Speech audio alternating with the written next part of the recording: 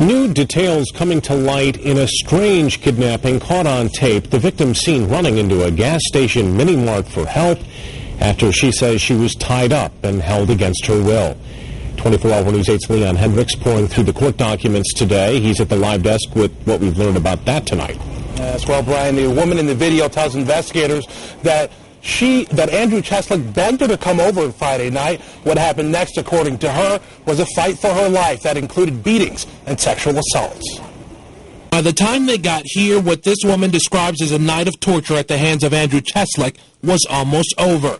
The woman tells deputies Cheslick begged her to drive over from her Northwest Grand Rapids home.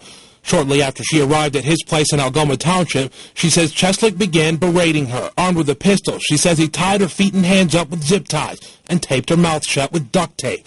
Then tortured her, pinching her nose closed and beating her. Then she says he injected her with something. She believed it was methadone or Oxycontin.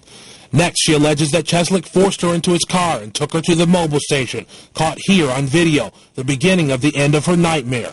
While Cheslick was in the store attempting to buy cigarettes, she was able to get out of the car, into the gas station, and beg for help from this clerk. She had her hands on him like that, showed me how she was, and so I took after his phone, and he took afterwards her.